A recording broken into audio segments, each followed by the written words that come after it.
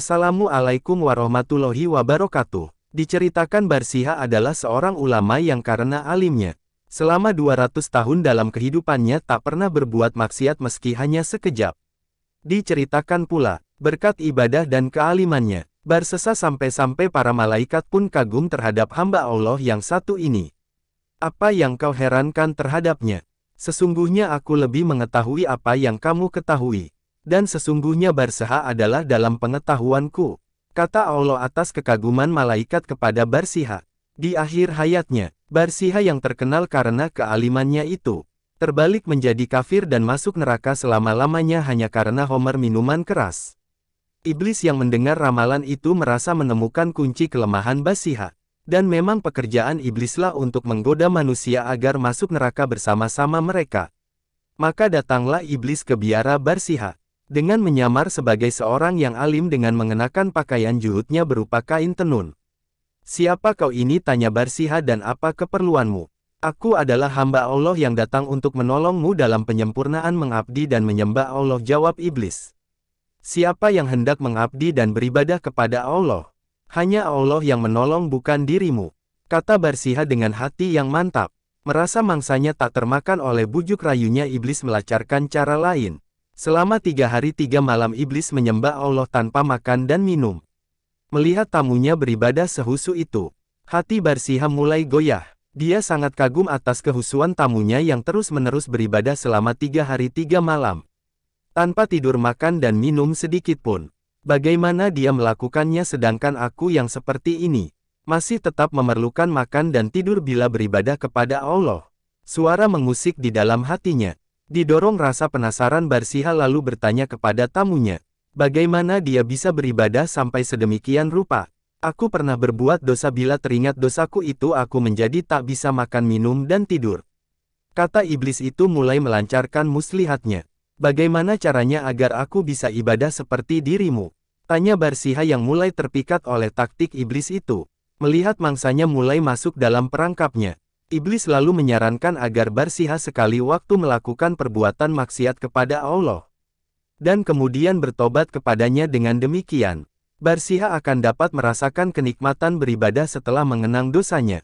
Apa yang harus kukerjakan, tanya Barsiha. Berzina, kata iblis spontan. Itu tidak mungkin, aku tak akan melakukannya. Perbuatan maksiat itu sungguh suatu dosa besar, sahut Barsiha. Jika tak mau melakukan itu, membunuh orang saja. Bagaimana? Ujar iblis itu. Tidak, aku tak berani melakukannya. Perbuatan itu sangat dikutuk oleh Allah. Bagaimana kalau minum homer yang dosanya lebih ringan? Desak iblis semakin gencar melakukan godaannya. Aku memilih minum homer aja. Tapi di mana aku akan mendapatkannya, tanya Barsiha, yang telah termakan bujukan iblis itu. Pergilah ke desa ini, ujar iblis menunjukkan nama dan tempat yang dimaksud. Atas saran iblis itu, pergilah Barsiha menuju desa yang dimaksud. Di sana ia bertemu dengan seorang perempuan cantik yang berjualan homer. Ia membelinya dan langsung meneguknya. Karena tak biasa minum minuman keras, Barsiha menjadi mabuk. Ia kehilangan kontrol dengan nafsu. Ia memaksa perempuan penjual homer untuk diajak berjinah. Dan di saat ia memperkosa perempuan itu, suaminya datang memergokinya. Barsiha menjadi takut dan bingung. Dengan gelap mata dipukulnya suami perempuan penjual homer itu hingga tewas. Saat Barsiha kepayahan, iblis yang menyamar sebagai orang yang alim itu berubah menjadi orang biasa. Ia melaporkan peristiwa itu ke pengadilan. Barsiha sebagai terdakwanya. Oleh pengadilan, Barsiha dijatuhi hukuman cambuk 80 kali karena minum homer, dan 100 kali hukuman cambuk karena berzina atau memperkosa. Sedangkan karena membunuh suami perempuan penjual homer, Barsiha dijatuhi hukuman gantung. Saat Barsiha digantung, datanglah iblis menghampirinya. Bagaimana keadaanmu, Barsiha, tanya iblis.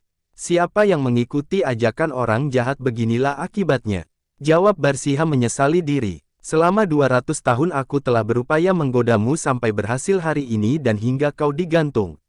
Aku dapat menolongmu dari gantungan, menurunkan dirimu dari tiang gantungan.